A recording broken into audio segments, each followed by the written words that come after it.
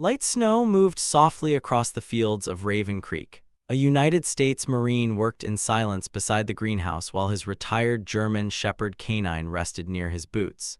He hadn't expected anyone to come this far anymore. Then near the gate, an old woman appeared. She stood beneath the falling snow holding a small worn suitcase, her gray coat moving gently in the cold wind. She didn't look lost, just tired. "I can still work," she said. "Just let me stay out of the cold tonight." The Marine looked at her for a long moment. Then at the empty road behind her. For a second he almost told her to leave, but beside him the old canine slowly stood up and walked straight toward the woman. If this story stays with you, don't forget to subscribe, turn on the bell, and watch until the very end. The last snow of March melted slowly across the hills outside Raven Creek, Oregon, leaving the fields soaked, gray, and silent beneath a cold evening wind. Roe Danner drove the final nail into the broken fence post and stepped back without satisfaction. The work never really ended on the farm. Something was always rotting, collapsing, leaking, or freezing over. Maybe that was why he stayed. Fixing things with his hands was easier than sitting alone with his thoughts. At 42, Roe looked older than most men his age. Years in the United States Marine Corps had carved sharp lines into his face and shoulders long before time did.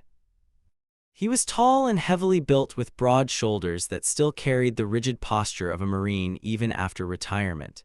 His dark brown hair had begun turning gray around the temples, usually hidden beneath a worn black cap.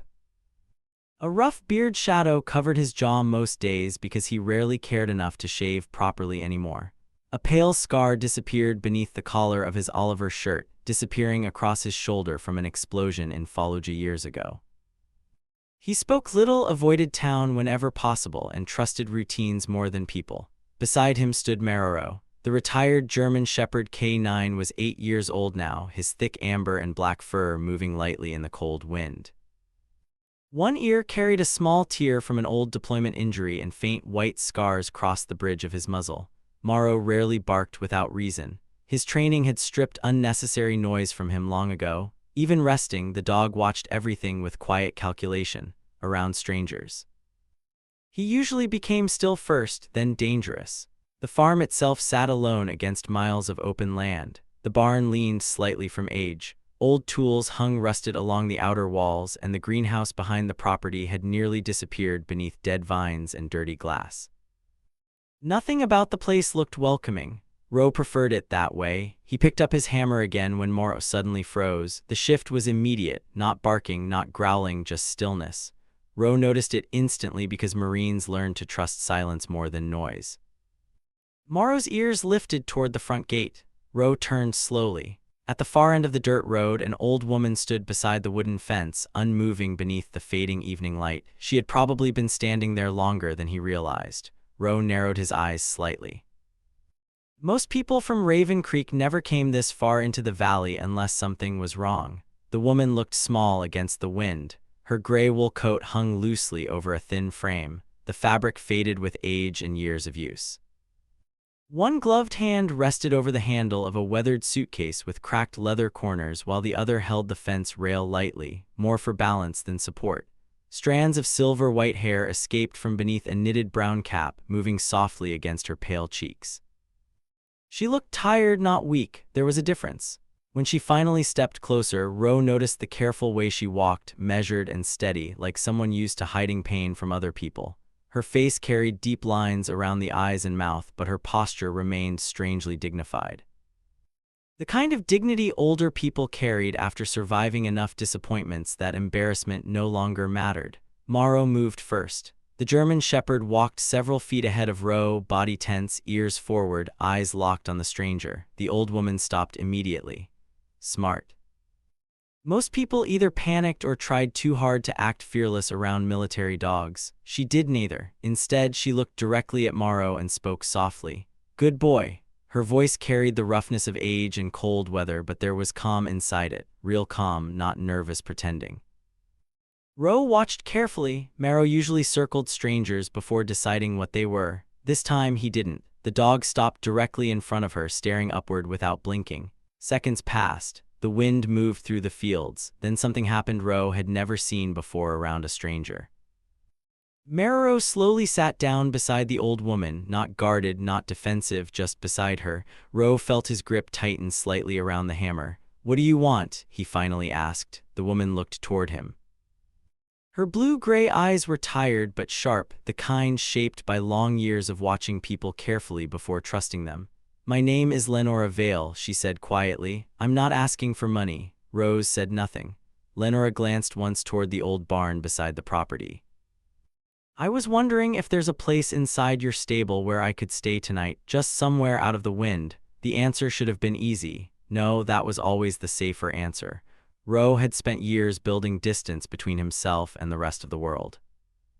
Distance meant quiet, quiet meant control. People complicated things, people stayed too long, lied too easily, or eventually left anyway. But Marrow remained seated beside her. That bothered him more than it should have. Lenora adjusted her grip on the suitcase. "I can still work," she added after a moment. "I used to manage greenhouse gardens before my husband passed. If you need help fixing the soil behind the house, I can earn my stay." Roe almost refused again. Then he noticed her hands. Even beneath the gloves, he could see the stiffness in her fingers from arthritis. Her coat sleeves were slightly damp near the wrists from melted snow. She had probably been outside for hours. Still, she hadn't begged once.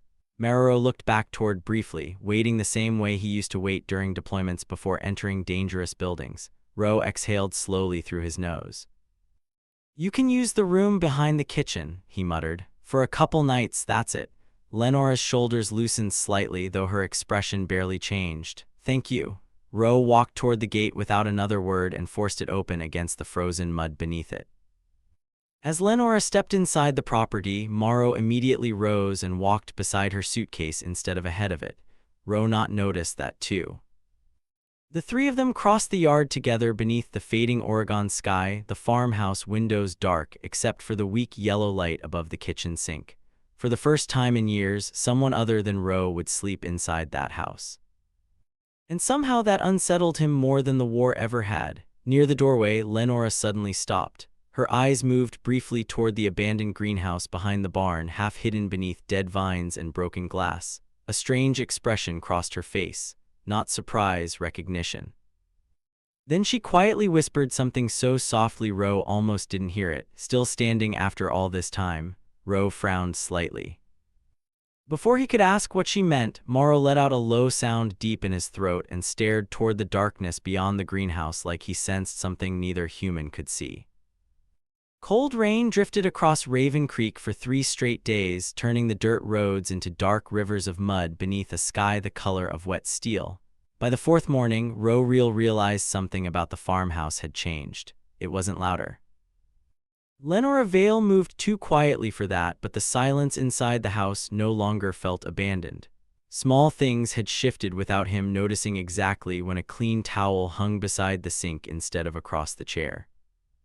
The old radio near the kitchen window worked again, filling the mornings with soft jazz from some station barely reaching the valley through static. Even the air smelled different now. Less dust, more coffee and cedarwood smoke. Roe didn't know how to feel about any of it.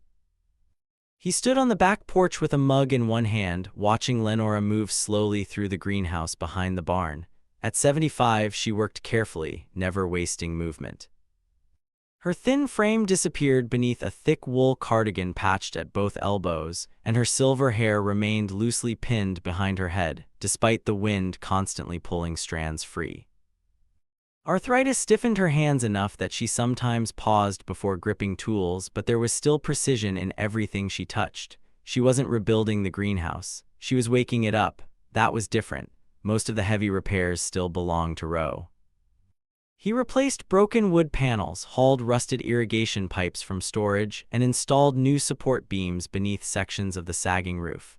Lenora simply directed him from inside among the rows of cracked planting beds and dead vines. Sometimes she carried old seed trays beneath one arm while explaining how the soil needed warmth before new roots would survive another Oregon frost. "You're planting too deep," she called gently. One morning, Roe glanced up from the dirt with mild irritation. "It's a seed, not a burial." Lenora smiled faintly without looking at him. "Exactly." Mororo lay beside the greenhouse entrance, watching both of them. The retired German Shepherd had developed a strange routine over the past week. Whenever Lenora worked inside the greenhouse, he positioned himself near the doorway like a silent guard. The old military instincts never really left him. Sometimes sudden noises still affected him badly. Twice already, nearby thunder had made his body tense hard enough that Ro noticed the trembling beneath his fur. During storms, Morrow usually isolated himself beneath the kitchen table until the shaking stopped. But around Lenora, something changed. The old woman never treated him like a weapon. She spoke to him the way people spoke to wounded soldiers after war, softly, without pity. That afternoon, while Ro repaired a shattered window panel above the greenhouse frame, Morrow suddenly rose and moved toward the old barn storage shed. Lenore noticed immediately. "He hears something?" she asked quietly. "Probably a rabbit," but Ro climbed down anyway. Morrow stood waiting beside the half-open shed door, staring into the darkness inside. The smell of cold dust and machine oil drifted outward. Ro stepped carefully through the clutter until he reached the back wall where old military storage trunks sat untouched beneath heavy tarps. One of them had been dragged slightly open. He frowned. "I didn't touch anything," Lenora said from behind him. Ro nodded once and crouched beside the trunk. Inside rested old photographs, Marine Corps paperwork, faded maps, and pieces of another life he rarely allowed himself to revisit. His fingers paused briefly over a burned military dog tag attached to a broken chain. Lenora's expression changed the moment she saw it, not shock, recognition. The metal was blackened along one edge from heat damage. A deep scratch crossed the name stamped into it, Ro Danner. Lenora stared a second too long before looking away. "You all right?" Ro asked. She blinked once, just tired, but Ro noticed something unsettled behind her eyes now, something distant. That night the rain became a storm. Wind slammed against the farmhouse hard enough to rattle the windows while thunder rolled through the valley like distant artillery fire. Around midnight, the electricity failed completely, dropping the house into darkness, except for the orange glow of the fireplace. Ro grabbed a flashlight and headed toward the equipment shed before the pipes froze. "I'll be back." Lenora looked up from the couch. "You shouldn't fix electrical lines during a storm." "I'm not fixing lines, just checking the generator." Morrow immediately stood and followed him outside. The rain hit like ice against Ro's face the moment he stepped into the yard. Wind bent the trees violently across the property while mud sucked against his boots with every step. He reached the generator shed and pulled the rusted metal door open just as another thunder crack split across the mountains. Morrow flinched hard. Ro saw it immediately. The dog's breathing changed, sharp and uneven now, old combat instincts dragging him somewhere far from Oregon. "It's all right," Ro muttered automatically. Then the generator slipped. The heavy metal panel slammed downward onto Ro's hand. Pain shot through his fingers instantly. Damn it! Blood spread quickly across his knuckles. By the time he returned to the farmhouse, soaked and irritated, Lenora was already waiting beside the kitchen table with a lantern lit and medical supplies spread neatly beside it. "You keep iodine in your kitchen?" Ro asked. "You keep bandages in the wrong cabinet," she replied calmly.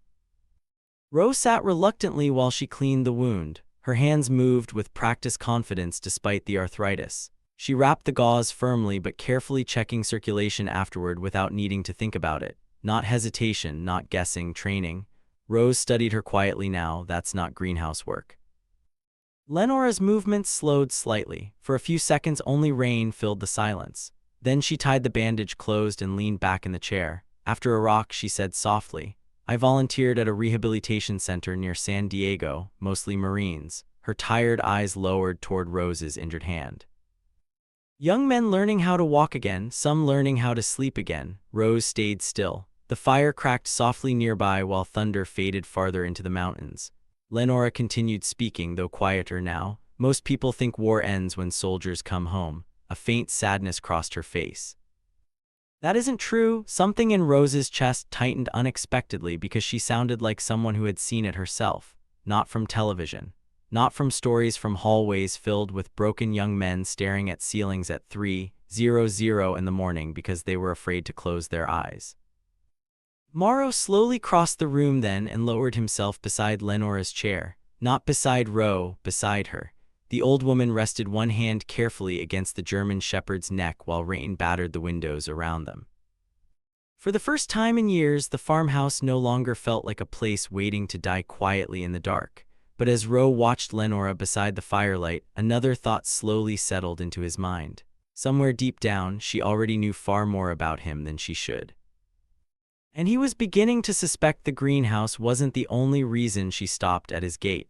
Cold rain drifted across Raven Creek before sunrise, covering the valley and fog thick enough to swallow the distant mountains whole.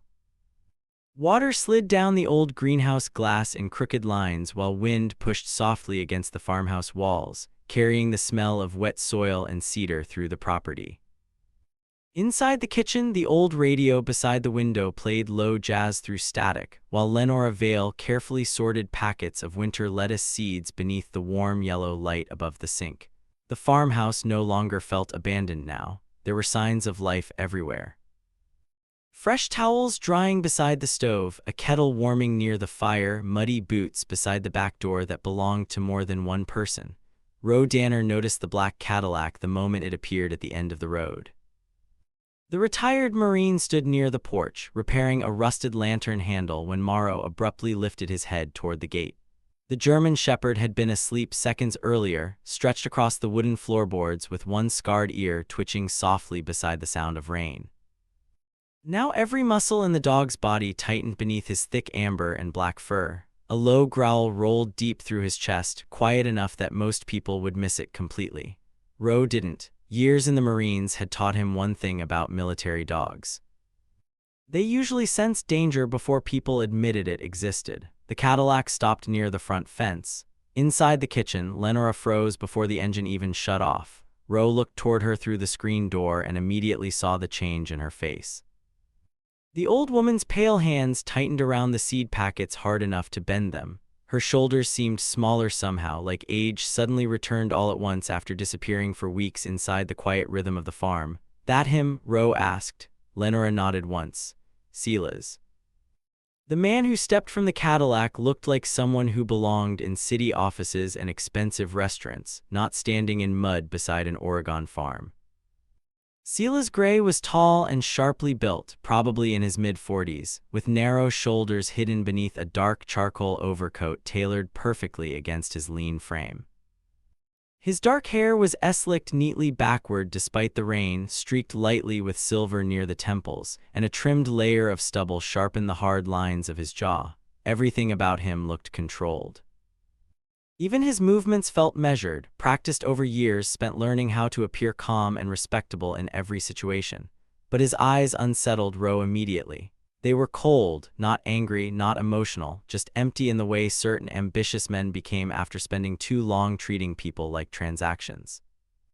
Silas opened a black umbrella before walking toward the porch. "Mother," he called softly, "I've been looking for you." Lenora said nothing. Marrow moved instantly. The German Shepherd stepped directly between Lenora and the porch stairs, body rigid, head lowered slightly, lips twitching once over his teeth.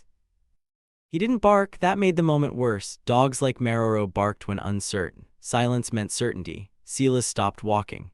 For the first time since arriving, his expression shifted slightly, nervous only for a second. Then the polished smile returned. "You must be Mr. Danner," he said, glancing toward Ro.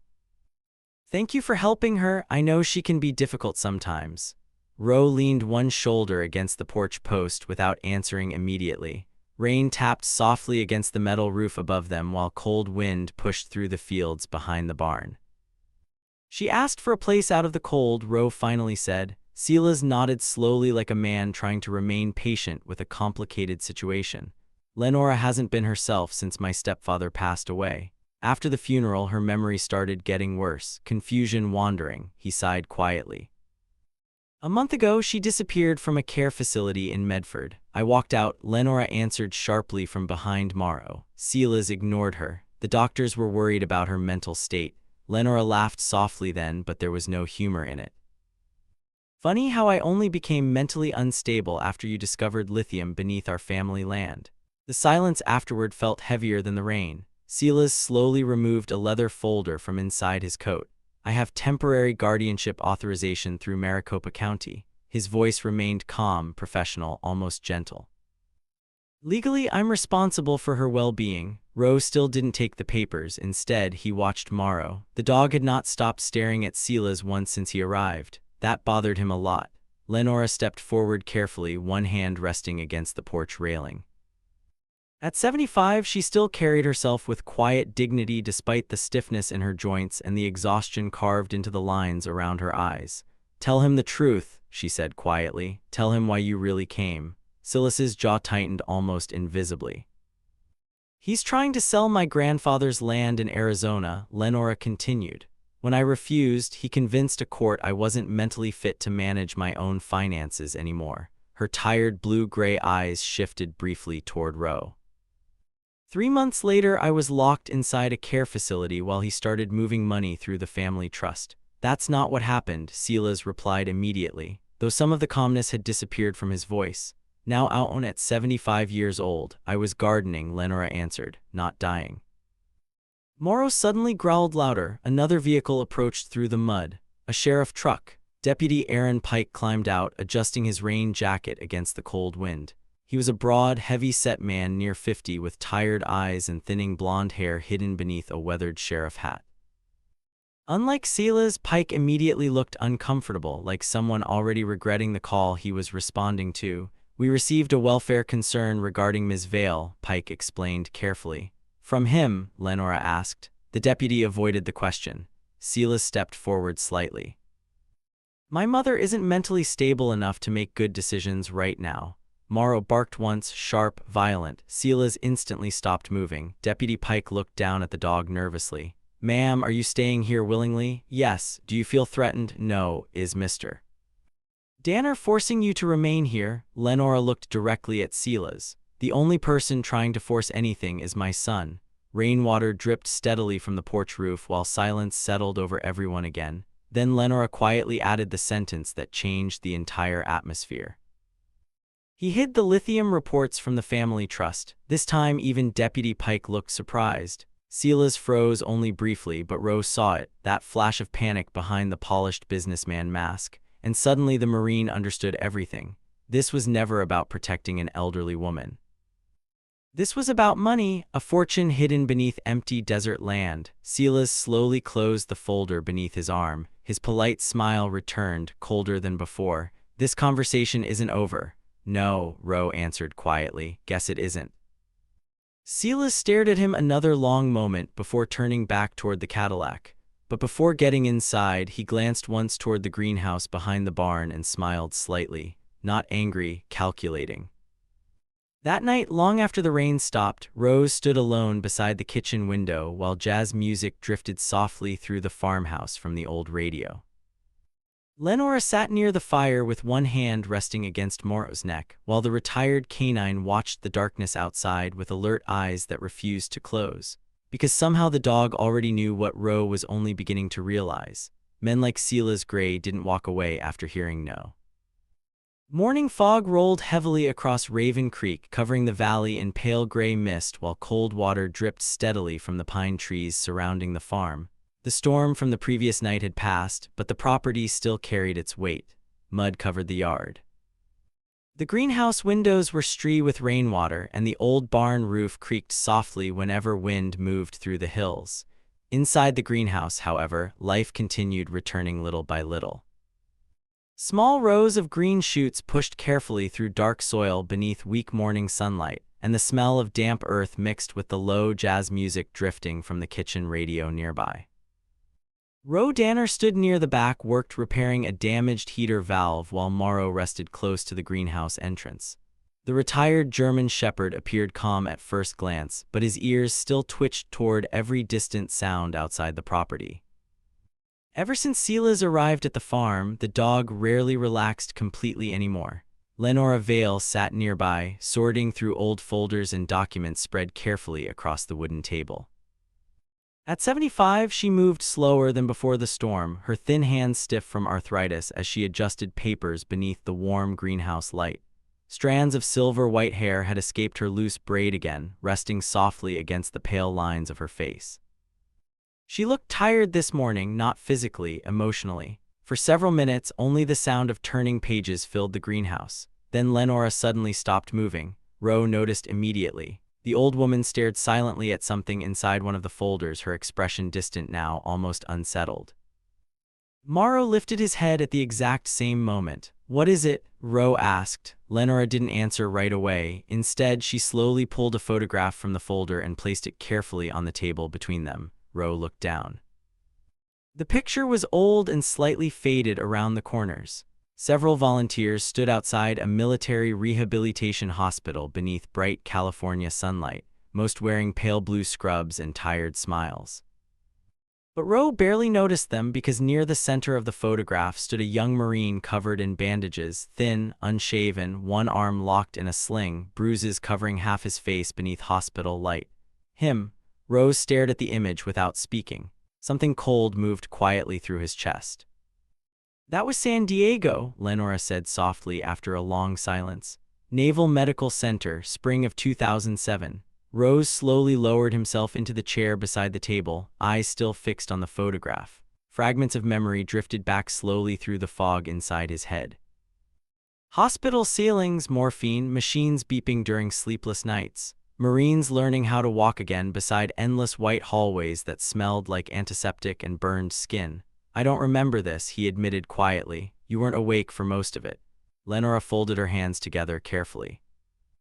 After Fallujah, they transferred dozens of injured Marines through the rehabilitation unit where I volunteered. Some stayed weeks, some stayed months. Her tired eyes lowered briefly toward the picture. "You stayed longer." The greenhouse suddenly felt strangely quiet around him. Ro leaned back slightly, rubbing one hand across the scar near his shoulder beneath the fabric of his thermal shirt. "You knew who I was this whole time?" Lenora shook her head gently, not at first. A faint smile crossed her face, sad more than warm. "Time changes people. War changes them even more." Morrow slowly rose and moved closer beside her chair. Lenora rested one hand lightly against the dog's neck before continuing. "The night you injured your hand fixing the generator, I saw the burned scar on your shoulder while wrapping the bandage. Then I noticed your dog tag hanging near the kitchen shelf." Her eyes returned to him again. "That's when I recognized you." Ro looked back down at the photograph. "You should have said something. I didn't want you feeling like you owed me gratitude." Lenora answered softly. "Broken soldiers already carry enough weight." Those words stayed with him longer than he expected. Before Ro could answer, the sound of tires crunching through wet gravel echoed outside the greenhouse. Morrow reacted instantly. The German shepherd moved toward the door with a deep growl building low in his chest. Another vehicle had entered the property. Rose stepped outside just as a silver SUV stopped beside the farmhouse. Silas Gray climbed out first, dressed in another expensive dark coat despite the mud covering the yard, but this time he wasn't alone. A woman stepped out beside him, carrying a leather briefcase beneath one arm. Patricia Wynn looked somewhere in her early 40s, tall and sharply built with blonde hair tied tightly behind her head and pale skin untouched by outdoor work or sunlight. Everything about her appearance felt severe. Her posture, narrow eyes, and clipped movements all carried the cold confidence of someone used to courtrooms and legal threats. Behind them came another woman wearing a county identification badge attached to a gray jacket. Dana Mercer, an adult protective services worker, appeared calmer than Patricia. Though exhaustion rested heavily beneath her eyes, she looked like someone who had spent too many years dealing with family disputes that never truly belonged to her. Silas approached the porch slowly. "Mother," he said, voice controlled again, "I'm giving you one more opportunity to leave peacefully." Lenora stepped beside Ro without hesitation now. "No." Patricia opened the briefcase immediately. "Mail, your son has legal authority to request an emergency evaluation regarding your mental competency." Ro crossed his arms. "And what exactly made him decide she's incompetent?" Lenora answered before anyone else could. "Because I refused to sell my land." Silas's jaw tightened. Dana Mercer looked carefully between them. Unlike the others, she actually observed the details around the property. The organized greenhouse, the repaired farmhouse, the old woman standing steadily on her own feet. "Ms. Vale," Dana asked gently, "are you staying here voluntarily?" "Yes." "Has anyone threatened or manipulated you into remaining here?" Lenora almost smiled. "That man barely talks enough to manipulate anybody." Even Dana's expression softened slightly. Silas stepped forward suddenly. "She's confused. She hides documents, forgets medication, and refuses medical supervision." I kept copies of your transactions, Lenora replied quietly. The hidden lithium reports too. Silas froze. Patricia looked toward him sharply. The silence that followed felt dangerous. Then Silas grabbed Lenora's arm. Enough. Morrow exploded forward instantly. The German shepherd lunged between them with a violent bark that shook the porch itself. His teeth flashed inches from Silas's face while deep growls rolled through the cold air. Silas stumbled backward immediately, slipping against the wet porch steps as Dana instinctively stepped away in shock. Marrow planted himself directly in front of Lenora without moving another inch. And for the first time since arriving at the farm, Silas looked genuinely afraid. Spring returned slowly to Raven Creek after the investigation began against Silas Gray and the mining company connected to him. Snow disappeared from the hills first, then the frozen mud softened beneath steady rain, and finally small patches of green started spreading across the valley again. The old farm looked different now, not newer, alive. The greenhouse behind the barn no longer stood dark and abandoned beneath broken vines. Warm yellow light glowed through the repaired windows each evening, shining softly across the wet fields like a lantern left burning for people still trying to find their way home. The investigation moved faster than anyone expected. Once Adult Protective Services started reviewing Lenora Vale's financial records, other things surfaced quickly. Hidden transfers, forged signatures, shell companies tied to mineral contracts in Arizona. Silas disappeared from Raven Creek less than 2 weeks after the county froze several of his business accounts. Nobody in town seemed surprised. Men like him rarely stayed once lawyers and investigators started asking real questions. Lenora received full control of her property back by early April. When the official documents arrived in the mail, she barely reacted at all. The old woman simply folded the papers carefully and placed them inside the kitchen drawer beside the radio. Roe noticed that years earlier, he would have expected celebration, relief, maybe anger after everything Silas had done, but Lenora carried hardship differently. At 75, she understood something younger people often didn't. Peace mattered more than revenge. The farm changed steadily after that, not all at once, little by little. The greenhouse became the center of everything first. Rows of herbs and cold-weather vegetables slowly filled the planting beds again beneath the repaired glass ceiling. Lavender hung drying beside the windows. Tomato vines climbed carefully rebuilt wooden frames. The smell of damp soil and growing plants drifted through the property from morning until night. Lenora spent hours there every day despite the pain in her hands. Teaching Roe how to trim dead roots properly or rotate seedlings so they reach sunlight evenly. You can't force living things to heal faster, she told him one afternoon while carefully replanting rosemary into a larger pot. You just give them the conditions to survive. Roe quietly realized she wasn't only talking about plants. More veterans started arriving by summer. Not many at first, just 1 or 2 men from nearby counties who heard rumors about the old Marine living outside Raven Creek with a retired military dog and a greenhouse full of quiet conversations. Most came carrying the same look Roe once had when Lenora first arrived at the gate, exhaustion hidden beneath silence. One of the first was Daniel Mercer, a former Army medic in his early 30s with dark skin weathered by too much sun and deep circles beneath constantly restless eyes. Daniel spoke politely but rarely looked directly at people for long. Years earlier, an IED explosion outside Kandahar killed 2 soldiers he had tried unsuccessfully to save, and since then he struggled sleeping indoors without panic attacks. The first night he stayed at the farm, Morrow slept outside Daniel's room without being asked. Others followed later. A retired Navy corpsman named Elliot Vance arrived in late August driving an old pickup filled with veterinary supplies and 2 injured rescue dogs from Portland shelters. Elliot was nearly 60, broad-shouldered with a gray beard and rough hands permanently stained by years of animal medicine. He laughed easily but carried sadness behind his eyes whenever military funerals were mentioned. Within days, he converted part of the barn into a small treatment room for retired working dogs that nobody else wanted anymore. The farm slowly became something none of them originally planned. Not a business, not charity, something quieter, a place where damaged people stopped pretending they were fine. Roe repaired the empty horse stalls into sleeping quarters, while Lenora organized the greenhouse into small therapy spaces where veterans worked with soil, plants, and abandoned animals instead of sitting inside sterile offices answering questions from strangers with clipboards. Some men stayed days, others stayed months. A few simply disappeared again after resting long enough to remember how breathing felt without fear sitting permanently inside their chest. And through all of it, Morrow remained at the center somehow. The old German shepherd slowed with age by autumn. Gray spread heavily around his muzzle, and cold mornings made stiffness settle visibly into his back legs. But every afternoon, he still climbed onto the porch beside Lena's rocking chair and rested there while she listened to jazz from the old radio. Sometimes she read quietly beside him. Other times, they simply watched the valley together beneath fading sunlight without speaking at all.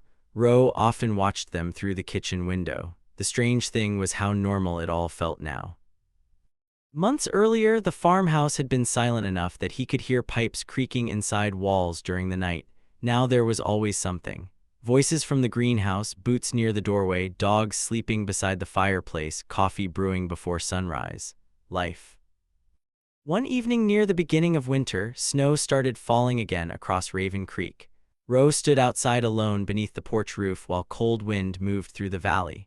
The greenhouse glowed softly behind the barn, warm light shining through fogged windows while silhouettes moved inside among the plants. Somewhere in the distance, someone laughed quietly near the fire pit beside the fence line. Behind him, the farmhouse windows glowed gold against the dark. Lenora sat inside beside the radio with Morrow resting at her feet, one hand absent-mindedly brushing the old dog's fur while jazz music drifted softly through the room. For a long moment, Roe simply stood there watching the light spill across the snow-covered yard. Years ago, after leaving the Marines, he believed isolation was the safest way to survive. If nobody entered your life, nobody could leave it behind in ruins. It had sounded logical at the time, simple, controlled. But standing there now, listening to distant voices inside the home that once held nothing except silence, he finally understood something else. Some people didn't enter your life because they needed saving. Sometimes they arrived to remind you that you were still allowed to come home, too. Snow continued falling softly across the valley while warm yellow light stretched outward from the farmhouse windows into the dark Oregon night. And all of it had started because one old wooden gate stayed open during a cold evening in March. Sometimes God doesn't change a life with miracles that shake the earth. Sometimes he works quietly through small moments. A gate left open on a cold night, a stranger given a second chance, or a lonely heart finally allowing someone inside again. We often think strength means carrying every burden alone, but maybe real healing begins when we choose kindness before fear and compassion before distance. Every day there are people around us silently fighting battles we cannot see. A kind word, a little patience, or simply refusing to turn someone away may become the very thing that helps them keep going. And sometimes the people we believe we are saving are actually the ones sent by God to help heal us too. If this story touched your heart in any way, please share it with someone who may need a little hope today. Leave a comment below and tell us where you're watching from or what part of the story stayed with you the most. And if you enjoy heartfelt stories about faith, healing, Marines, and loyal canine companions, don't forget to subscribe and stay with this channel for more journeys like this. May God bless you, protect your family, bring peace to your home, and remind you that no matter how difficult life becomes, there is always a place where light can return again.